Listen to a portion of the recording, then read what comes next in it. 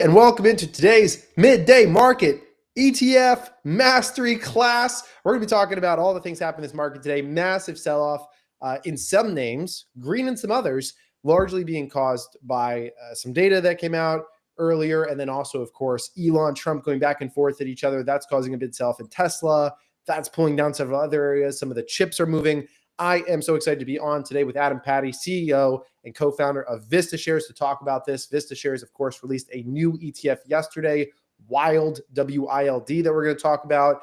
Also, of course, in this AI spectrum, and you mentioned this to me, even in the throes of a market where my portfolio is down like 3% today, right? It's going crazy. AIS is up 1.2% today. So the AI picks and shovels plays remaining strong through all this turmoil. Adam, what's your just initial thoughts and takes looking at this market here today? Oh man, well it's interesting days today. I mean, I'm trying to figure out what the heck's going on here. Yeah, we've got some names up, some names down in the same sector with no fundamental reason beyond the some kind of sentiment. Yeah. So investor sentiment drives markets, right? So yeah, we've got Tesla down 9% right now. So hey, you know what? When we've seen this in the past, when some of these big names go down way too much for no apparent reason, seems like a good time to maybe dip your toe in the water. But we'll have to see. Tomorrow, I guess, is a big day, right, on the jobs report tomorrow. So I think traders are waiting for that to come out before they go one way or the other on their allocations. Yeah, I'm showing you the heat map here and exactly what you're referring to, right? You look at consumer cyclical, Amazon's up, Tesla's down like 9%. You look at defensive, you've got multiple names here, Dollar General, Dollar Tree doing very well, Costco down, Palantir down 6%, Oracle, and all the rest of that sector up.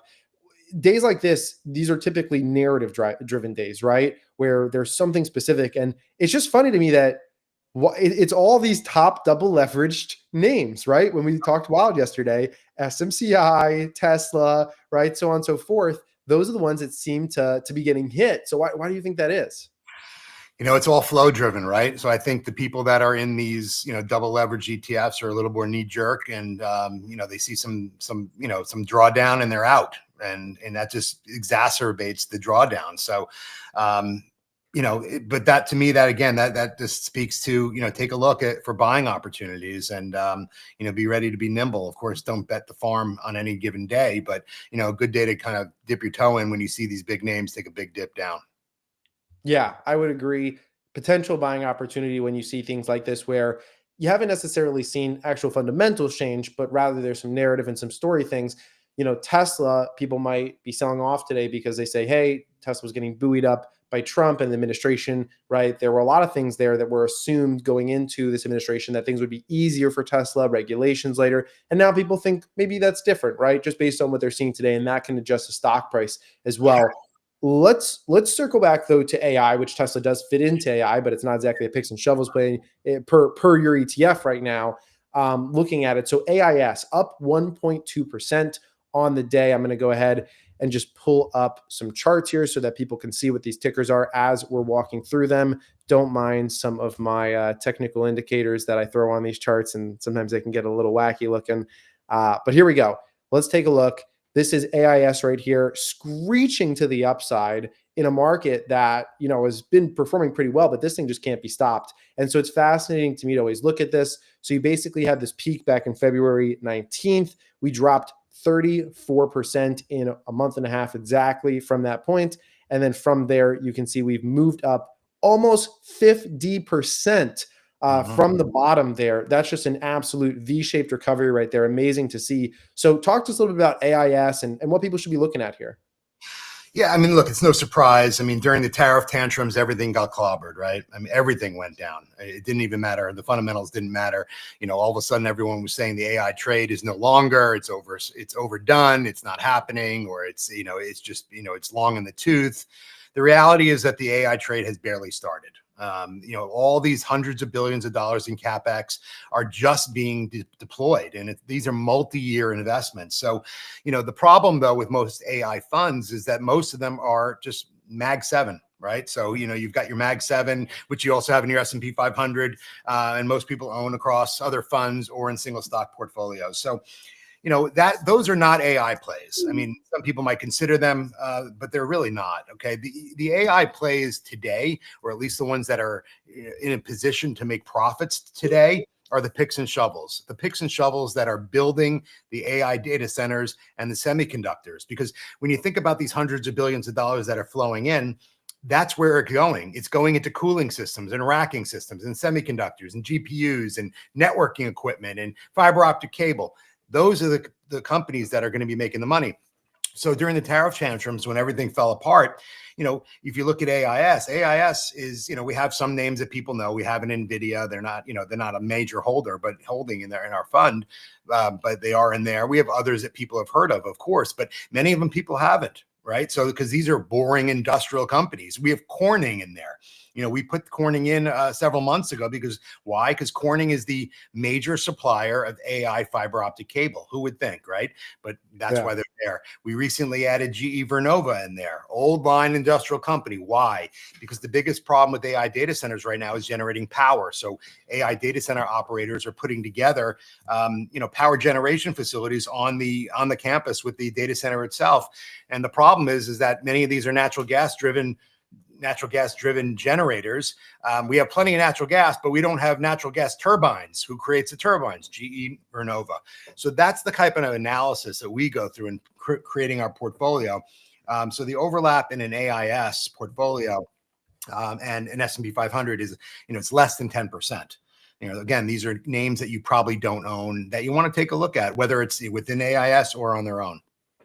Yeah, exactly. And it's very easy to see what the holdings are at any given time. So I encourage people, if you're watching, just go take a look with us. I'll pull it up on the screen share here, but it's just vistashares.com. Very easy to find. Obviously, you could see the Wild ETF, which we've been talking about on here, QUSA, which we'll get into, OMA, which we'll get into, and AIS, which we're talking about right now.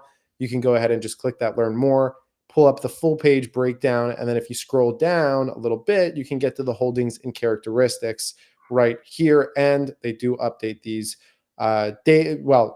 not that the holdings change daily, but they make sure that it's updated on here each day so that people can see exactly what's going on. So you talk through a few of these different names, right? GE Vernova right here, which is 3.85% of this. I believe one of the others that you mentioned previously. Which one was the other one that you just mentioned? I love talking about Vertiv. Vertiv is my favorite, the one right underneath that one. Some people know what that company is, but most people don't. 30% of the cost of an AI data center is in cooling systems because it just takes a hell of a lot of cooling power to keep these things cool down because they generate a lot of heat. Vertiv is the leader in developing and building out cooling systems for AI data centers. Love that company. Yeah, and Vertiv's had a great run here, and you can kind of see it's almost mimicking, right, and mirroring what we just saw in the overall ETF, where you have a move right here of, this is a lot larger than 50%, but 113%, right, in just two and a half, a little bit over 2 months, 2 months and 2 days right here. So that's a huge move right there. And the crazy part is, right, especially this is the beauty of taking advantages of sell-offs, right? So you had this move down, it peaked up here, all the way up at 155. It went all the way down to 52. That's what's that? 2/3 of it basically sold off right there. And at this point now we're moving back up, but there's still room up here, right? There's still people who have been up here. So to me, that's always more enticing because now you've broken up through a 200-day SMA, right? You've broken above it. You're not quite at all-time highs. You actually have a significant amount of room to go to all-time highs on a chart like this, right? That's all the way up there, another 35%-ish. Chart's not up. Your chart's not up, Gov. Oh, sorry. It sounded really good, though. It was very enticing. All right. Well, everybody can see now what I'm talking about. Appreciate that. So on Vertiv right here, this is the one that I had pulled up. I just mentioned how we broke through that 200-day SMA, which you could see, which is the green line right there. And I was pointing out how, it's a really significant drawdown right here of 65% that happened. And the beauty to those drawdowns and why we're talking about this in a market like we're seeing today is you can then see that amazing bounce back of 112% in just about 2 months. And even with being up 112%, we're still 35-40% away from all-time highs. So names like this, being captured within there, I see a lot of value within that. And I agree. Look, these are AI companies. I mean, in essence, I mean, again, they're not developing the AI applications. And that's really the distinction. When people think AI companies, you're thinking chat GPT, and although, yes, those of course are AI companies, but they're running on something. They're running on semiconductors, they're running on data centers. And that is where the growth is. That's where all the money is being spent.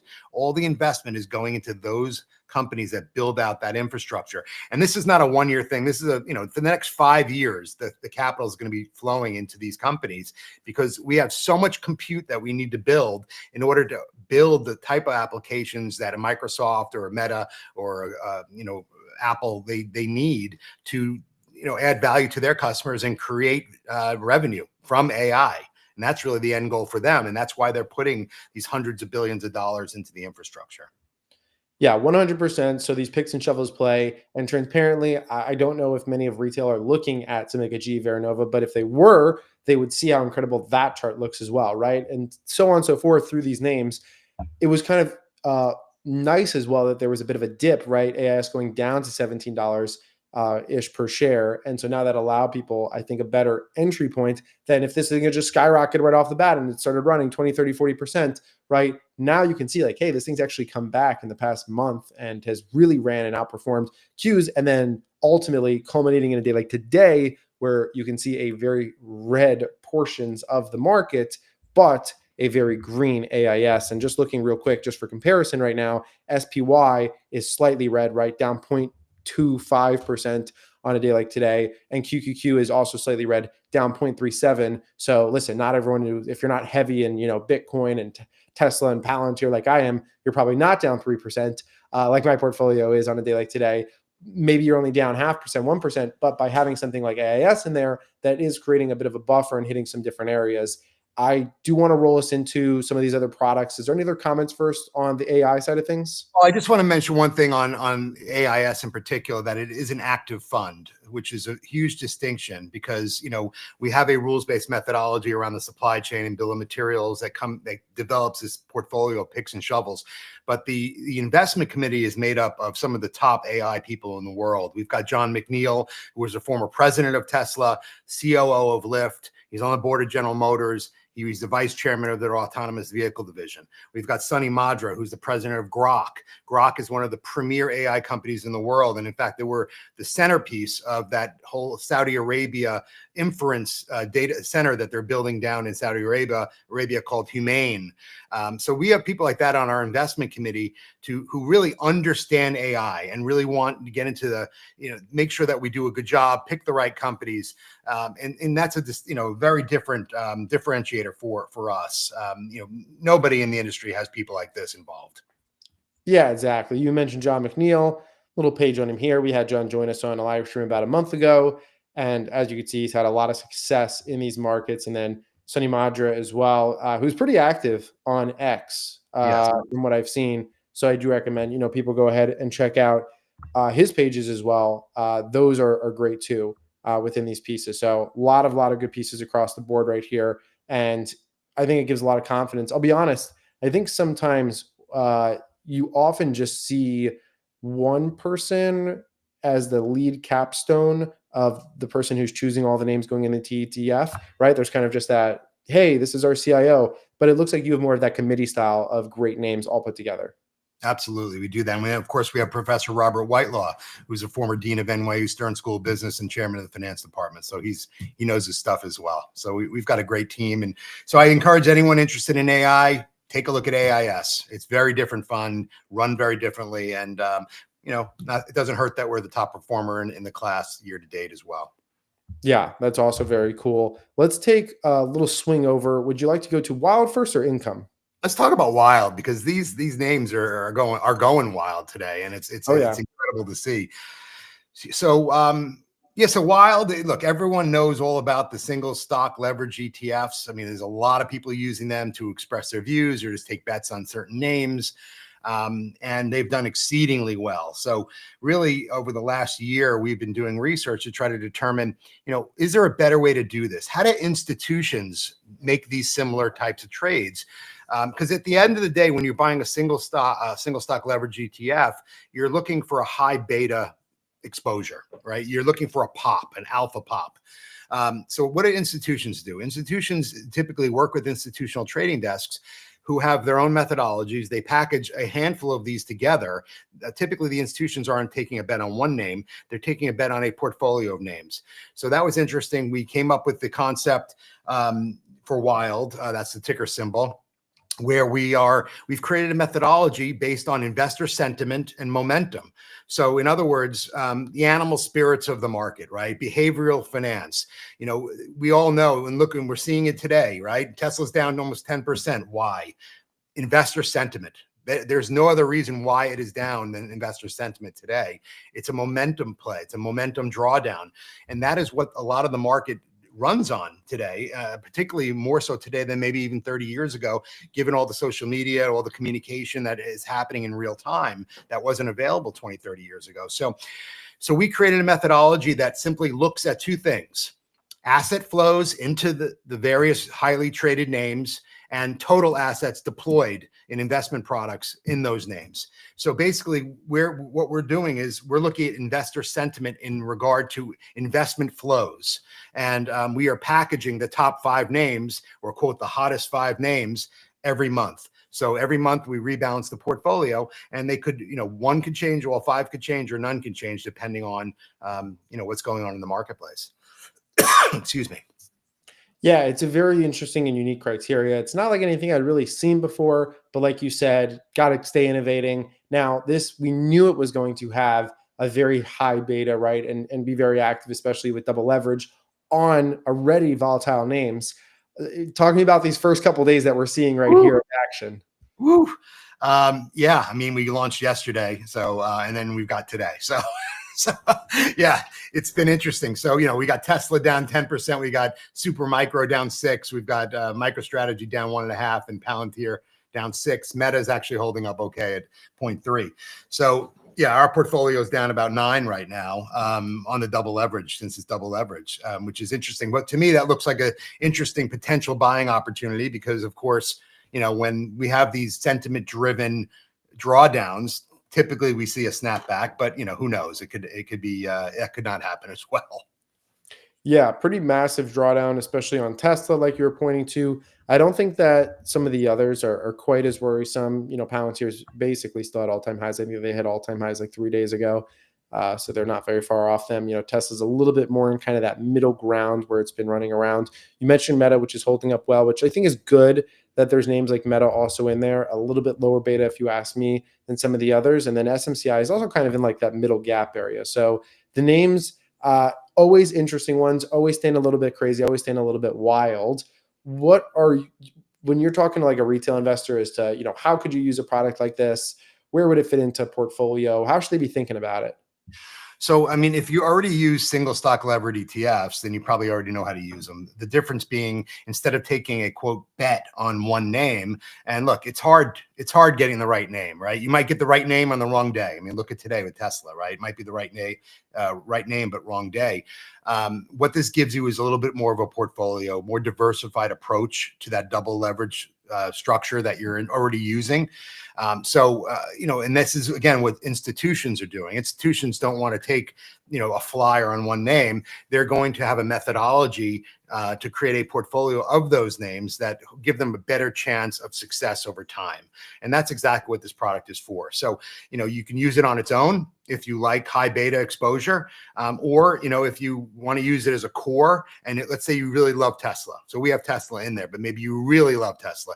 You can buy a single leverage name in conjunction with this product. So you can overweight your Tesla exposure, but not take a full flyer on just Tesla. So that we think that's important. And just to back up, so what we're doing here in terms of methodology is we're looking at that universe of single stock ETFs, the levered ETFs. And so as anyone who uses these types of products understands that they are, there's probably about 25, 30 names that are, subject to these ETFs out there. To be clear, we do not purchase ETFs. We do not invest in ETFs. We're using the ETFs as data sources. So every month, what we're doing is we're looking at the asset flows into those ETFs and the total assets in each name. and we have a methodology that scores the names. So the names with the largest asset bases and the most inflows on a monthly basis are going to score higher. And that's how we come up with our portfolio. So, where the sentiment goes, wild goes. That's really what it is. And we're changing the portfolio on a monthly basis. There were a few. So I want to pull back up that slide as well, just so that people can see it, because I thought it was really fascinating with everything that it was showing. And so I'm going to go ahead and I'm going to share that tab here for a second. And I do have a couple of questions on it as well for you. So taking a look back at this tab, this is what we're talking to, right? Targeting names where there's a combination of large established asset bases. So you can see up here, Tesla almost at 6 billion, MicroStrategy at around 3.5 billion, Palantir at 1 billion, and then Meta and Supermicro down here, closer to probably a $250 million mark.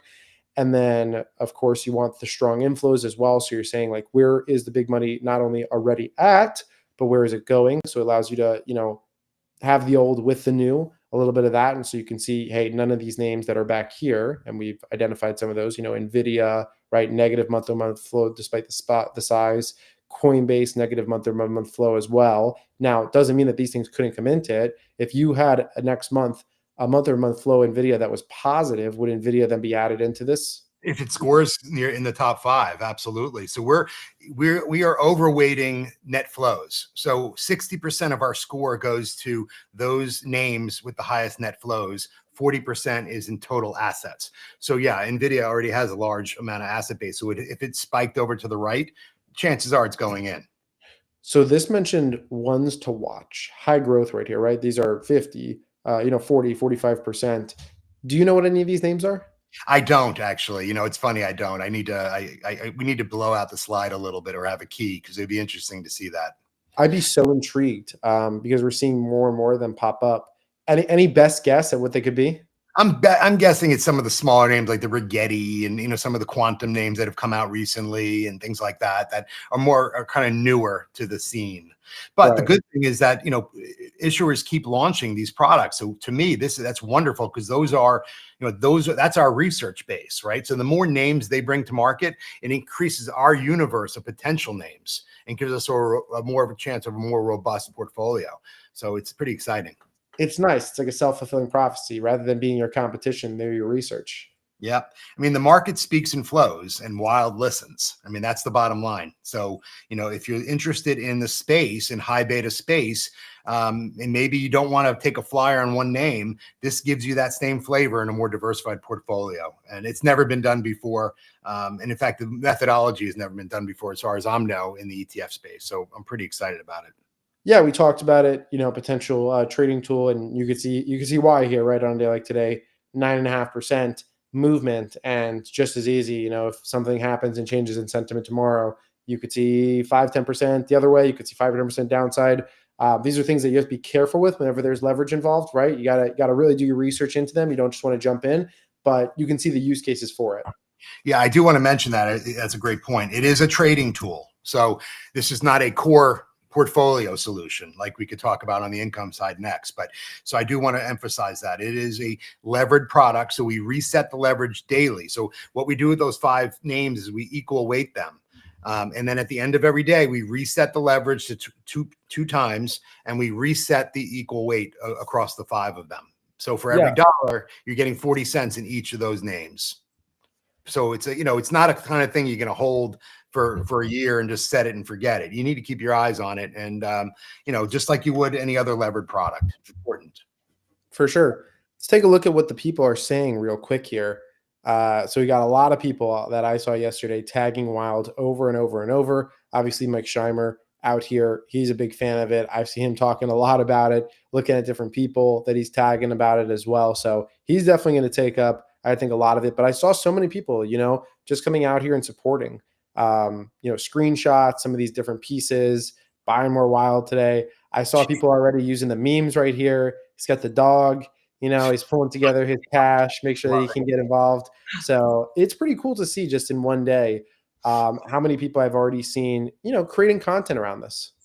Somebody created some really cool videos also, which are amazing. I mean, really creative people on X. It's pretty amazing to see. But this is a great product for well, it's a great story product for sure. With Gray there, that was a video, which was Yeah. amazingly cool above it. But it's a great story product with great marketing potential. Yeah, that video is pretty cool. But more importantly, it's a good investment tool. And I want to say, most importantly, it is institutionally grounded. So anything Vista Shares does, I mean, we're having fun talking about memes and stuff, but anything we do is institutionally grounded. That's my whole background, is developing institutional class investment strategies. And that's what we do here. We put everything through a rigorous process. We don't just bring out products for fun. We bring them out because they've been tested. We've created methodology that we believe in and can be proud of and stand behind. And we're confident with this one as well. So obviously John and Sunny are very involved in the AI side. They're also kind of part of the masterminds behind Wild too? Yeah, for sure. I mean, more so John than Sunny. Sunny is really more our AI guru, but he's on our general investment committee. And with John and Whitelaw and myself are kind of the cores on the investment committee for this product. And having Whitelaw there with his rigor and his analytic capability, his academic, kind of thought leadership, really brings out the best in what we're trying to create. Makes sense to me. You mentioned it beforehand, the income products, those are typically seen as more like core holdings, long-term holdings within portfolios. Two of them, where should we start? Well, everyone likes to talk about Omaha, so why not, right? Yeah, let's talk a little bit about Omaha. Maybe for those that are unfamiliar with it, you can give just an initial outline of what you're doing there. Sure. So if you look at Vista Shares, we are, a small company growing quickly. We're never going to have a million products out there. We're going to have very specific products that hopefully have strong use cases that fill white space in the market. So if you look at our product families and we continue to build them out, we've got our growth equity, which is AIS, is our first product there. We'll have others. We have our income, which we're going to talk about now. And then we have our tactical alpha, which is wild, and we'll have others there. So on the income side, we were intrigued with that space, and it's been growing very quickly. Most of the products there are based on the S&P 500 or the Qs or whatever, kind of benchmark indexes, which makes sense as a place to start. But we thought there was a better way. So we went into the market, and we talked to a lot of different investors, RIAs, family offices, retail investors, to understand what they're looking for. And they wanted something more unique, something a little, away from the kind of the core indexes that everybody else has, and not necessarily single name products, which other people have. So we try to create core portfolio solutions that are different. One of the names that kept coming up was Berkshire Hathaway. Okay, so Berkshire Hathaway in essence is almost its own ETF, right? I mean, I'm just kind of talking a little glibly there, but it's a holding company comprised of many different holdings. Right. So, and people love, of course, Berkshire Hathaway. Warren Buffett is the best investor in the history of the world. So, but it doesn't pay a dividend. So, okay, that made us think, well, maybe there's something here. So what Omaha is, OMAH is the ticker. Very simply is a portfolio of 21 securities. The first holding, we rebalance it quarterly, with Berkshire B as our top holding, and then the top 20 public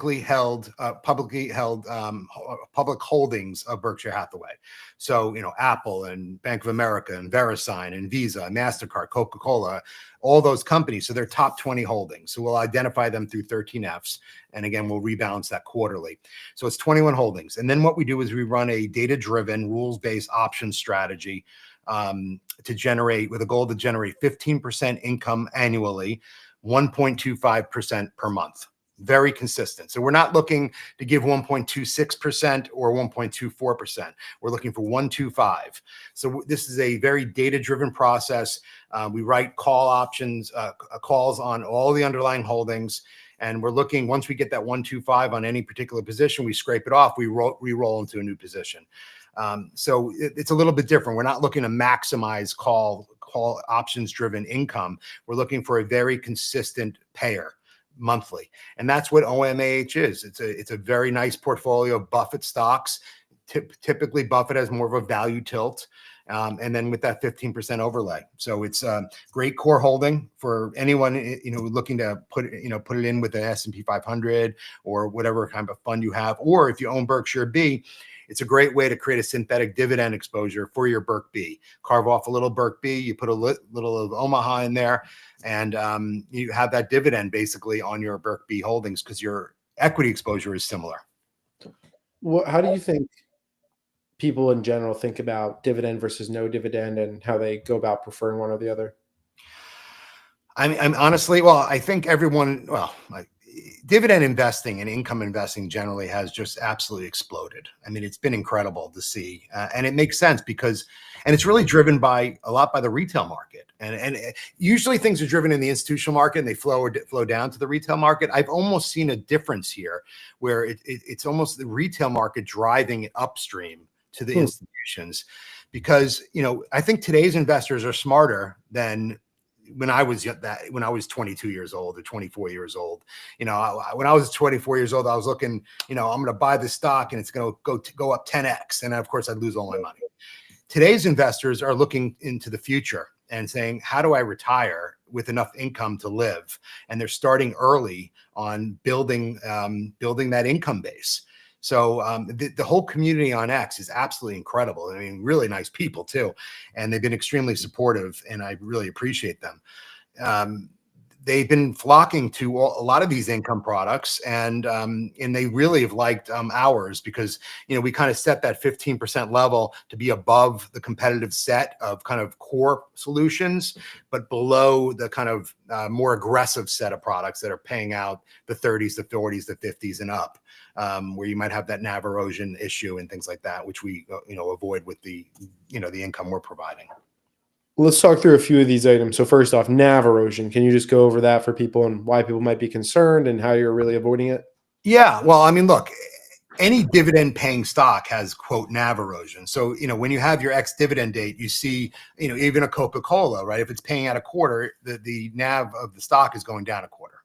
I mean, that's just the way it works. That's why people invest prior to the declaration date so they can get in, and then they, buy, so there's, that NAV erosion is it's a feature, not a bug, basically. But when you get into those much higher rates, when you're paying out 50% a year or 100% or 30%, the amount that's being paid out on a weekly or monthly basis is large. So it's really hammering the price of the fund, and whether that it can be made up quickly is really up for speculation, and that's really been the issue. So when you have a 15% payer like ours, it's 1.25%. So on a $20, on $20, it's a quarter. So it's really not a huge hit to the NAV. It's more similar to a dividend stock, of course, but it's happening every month instead of a quarterly payout like a stock would. So we have not seen that NAV erosion. It kind of gets swallowed up in that day's market impact. Whatever, market's going up or down, typically will go up or down more than a quarter. Right. Well, not typically, that's 1.25%, but we can go up easily that much in a day or down, depending if it's a bad day. So you're not seeing that NAV erosion. You're not going to see it on a lot of the competitive products that are paying at 10, 12, 8% as well. It's not really an issue there. It becomes an issue at the higher dividend levels, which is what people need to watch out for. Got it. And then on the other side of things, seeing people have more of a focus on income and dividends and pieces along those lines, what do you think are some good resources for people who are trying to learn more about that, right? They're not super confident yet. They see a shift towards it, but they want to understand more. Well, I think honestly, there's a lot of good content creators on X. There are a lot of them. So I would encourage people to go on and really, just do some research and, go in there and search under dividends or income ETFs. And, you'll get some of the bigger names out there that, they have their own spreadsheets, they have tools, and they put up really good content. So I would encourage them to do that. And then I would go to the issuer websites. If you go to vistashares.com, you can take a look at it. We don't have a dividend calculator, but we do have a lot of kind of research that we provide, non-salesy research, I should add, which is important because you got to educate the investor. That's the most important thing. So we're putting up content related to, NAV erosion or tax treatment, how options strategies work. And many of the issuers have some good content as well. So I would definitely encourage people to do their research before jumping in, because one thing they need to understand, I do want to talk about the other product as well. But when you're investing in an options strategy or an options-based income strategy like Omaha, or the next one I'll talk about, QUSA, you're not getting 100% of your upside. So that is really important to note. So, there's no free lunch. If you're getting 15%, that 15% is coming out of somewhere. So, for our products, typically I tell people, or investors, that they should be expecting 70 to 75% of the upside and 85 to 90% of the downside. Can we do better than that? I believe so. But in terms of expectations, that is the range in which I usually tell people to expect, because the worst thing you can do is overpromise and underdeliver. So I think it's important that investors understand that. So in a roaring market, if you're invested in an options income strategy that uses the S&P 500 as their underlying, when the market goes straight up, the options income strategy is lagging by design. That's just what's going to happen. So you need to understand that. So I believe when you're creating portfolios, you really want to have, you don't want to be all in everything, right? You don't want to be in all in options income. You don't want to be all in straight equity. You want to have a mix. And the mix is really up to you and what your goals are. Yeah, I agree with that. Just showing off some of the top holdings here, like you mentioned, obviously coming from Berkshire, so people can look through them and have an understanding. And then there's good information here on the performance history, the ETF prices, and then those distributions as well. I know people really like to see these. So you can go in here and see the declaration dates, the ex-div dates, the record dates, and the payable dates, and then, of course, the amounts. And that next one coming up this month. So later this month, right? Yep. On the 20th is declaration day. That's everyone should look out for that. I love those days. Very exciting. Yeah, pretty cool to see this continue to come together, and retail, like you said, driving institutions even into these areas. You obviously mentioned one other there, QUSA, and this is pretty different from MoMA.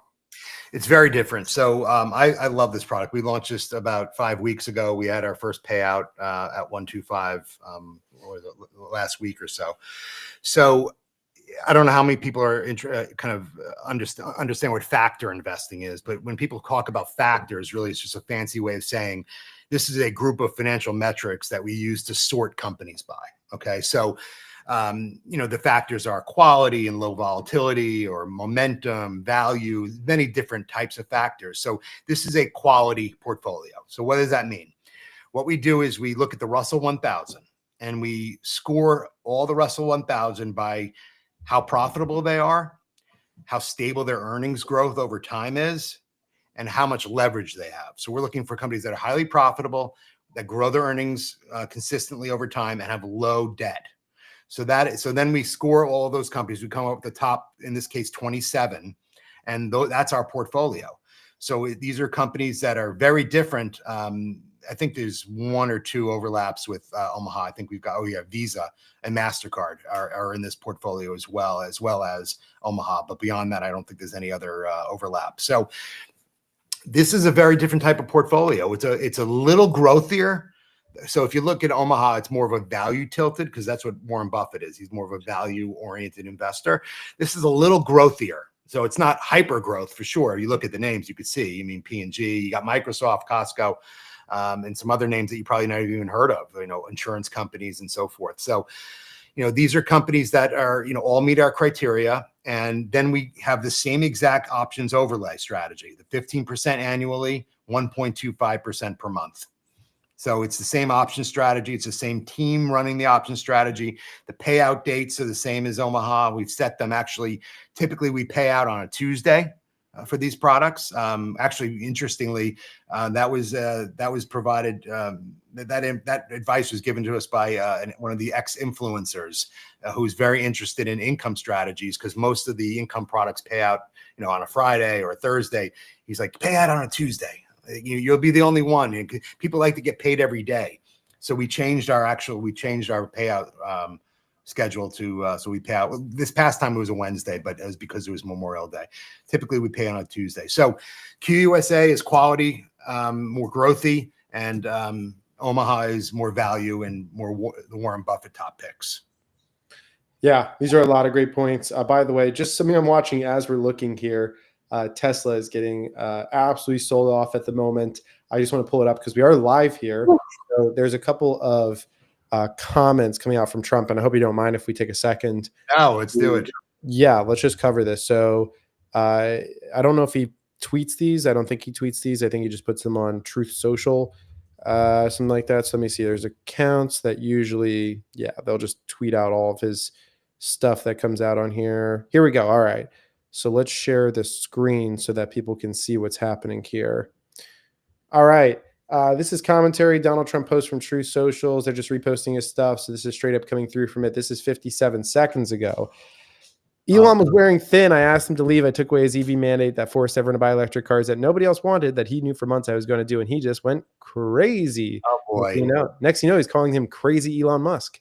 And then over here, you can see he posted the easiest way to save money in our budget, billions and billions of dollars, is to terminate Elon's governmental subsidies and contracts.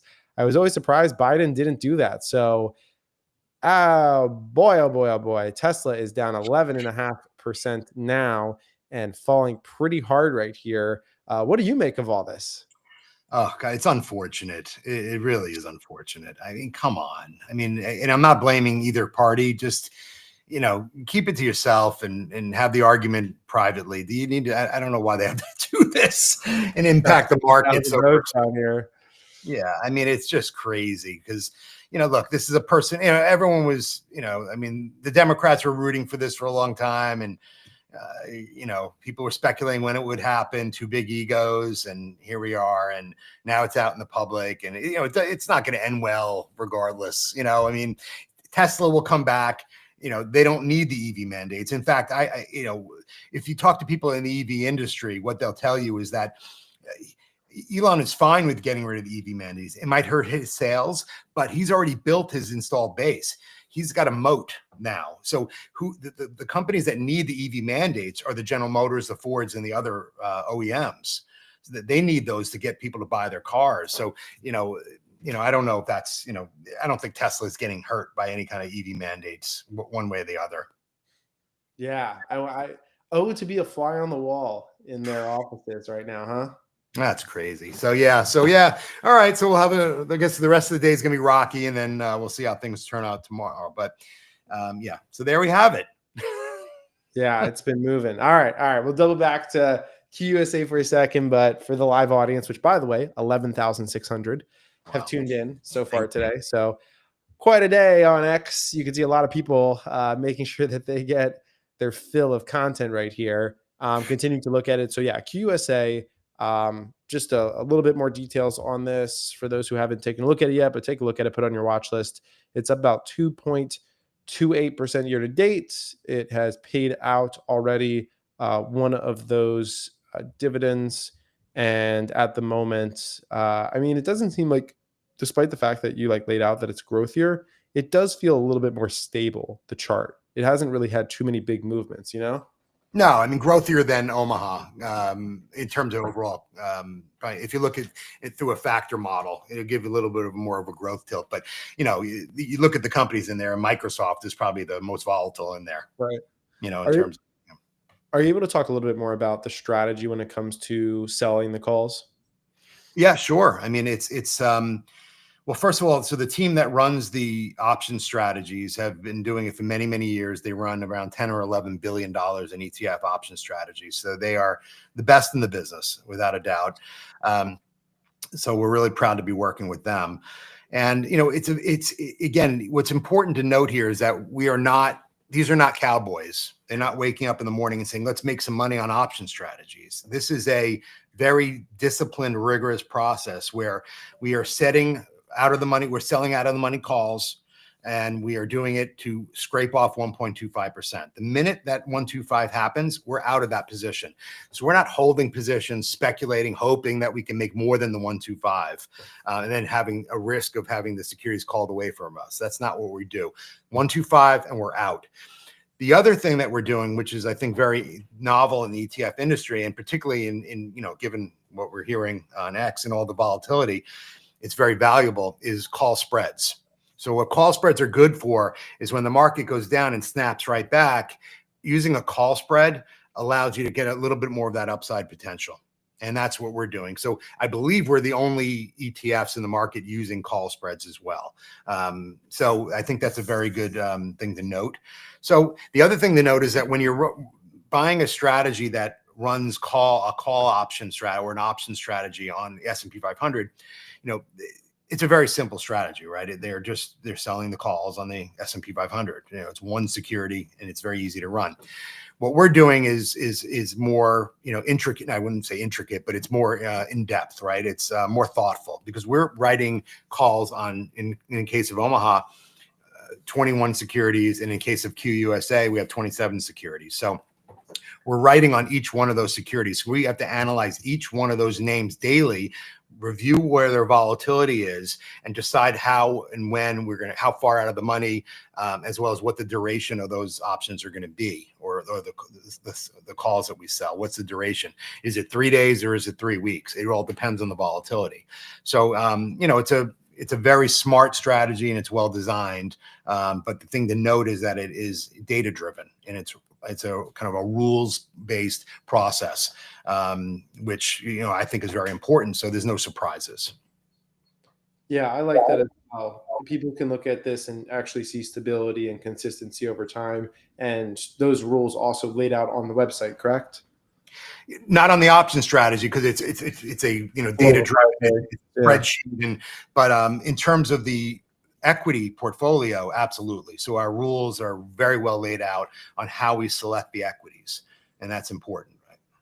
Yeah, that makes sense to me. Okay, really, really good stuff. I know that we ran through the 4 different ETFs here. Let's just pull back for a second in general for the ETF landscape. Why do you think now is a good time for people to be utilizing ETFs? And how do you see them mixing with individual positions, with crypto, with everything like that inside of a brokerage account? Yeah. So look, I've been in the ETF market since 01. I built the company in 06, sold it in 2015 to New York Life. So I've been in the business for a long time. And, when I built my old company, the most difficult thing dealing with investors was explaining what an ETF is, how it's used, why it's okay, why is it good, when it has problems. Fast forward to today, everyone knows what an ETF is. Everybody understands the benefits, the tax efficiency, the transparency, the low cost. It is just a better vehicle, right? So, I mean, if the investment management business was developed today, there'd be no mutual funds. There's no reason to have a mutual fund. ETFs are just superior in every way, I believe. So, I think ETFs are winning that race, right? With mutual funds still have a lot more assets, but where the growth is on the active side. So if you look at the mutual fund market, and I'm going to get my numbers wrong a little bit, I think 65% of mutual fund assets are in active strategies, right?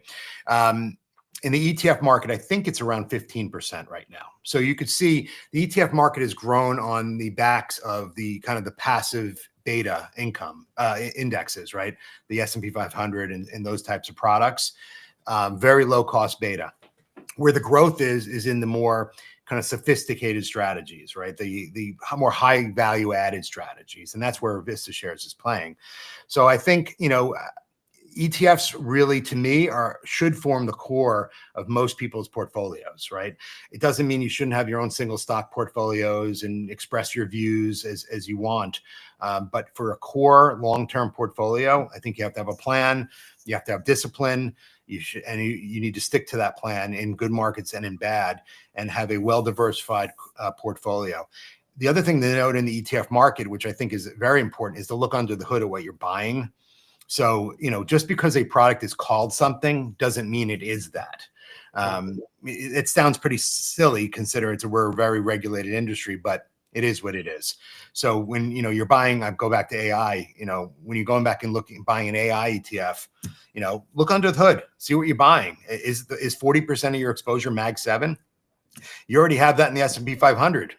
So in your top 10 holdings. So you don't need to, you got to be careful of over concentration risk when you invest in ETFs or mutual funds. But again, ETFs, is the topic of the conversation. So, over concentration risk is something that most investors, don't really look at, but need to, because so many fund managers pile the same securities in many different funds that have different names and have different uses. So just be smart and do your research. Question for you as a fund manager. Obviously, there's a pretty direct way to target retail, and we're doing it right now. We're talking to retail investors, 13,000 of them. When it comes to these RIAs, a lot of them probably are very tied in with like Vanguard funds and BlackRock funds and items like that. How do you as a fund manager kind of break into that space and talk to these RIAs? Yeah, I mean, some use exclusively some brands, not many though, and more and less so now. I mean, even way back, people, when ETFs were newer, people would say, well, I only feel comfortable with the iShares, right? Because it's a big company. Less so now. I think RIAs, they're looking for an edge and they're looking for something different to talk to their clients about. And if you want that, you need to look at the companies like VistaShares, which are being a little more innovative and creating, I believe, higher quality solutions, because it's fewer solutions, right? I mean, we're a smaller company with fewer ETFs, so it's not easy. You have to get in, you have to prove your methodologies. You have to get through investment committees and talk to the CIO, but that's why I believe it's important to keep things simple. My old company, Index IQ, we actually were the first company in the world to come up with liquid alts in the ETF structure. So it was hedge fund replication, and it was very complicated.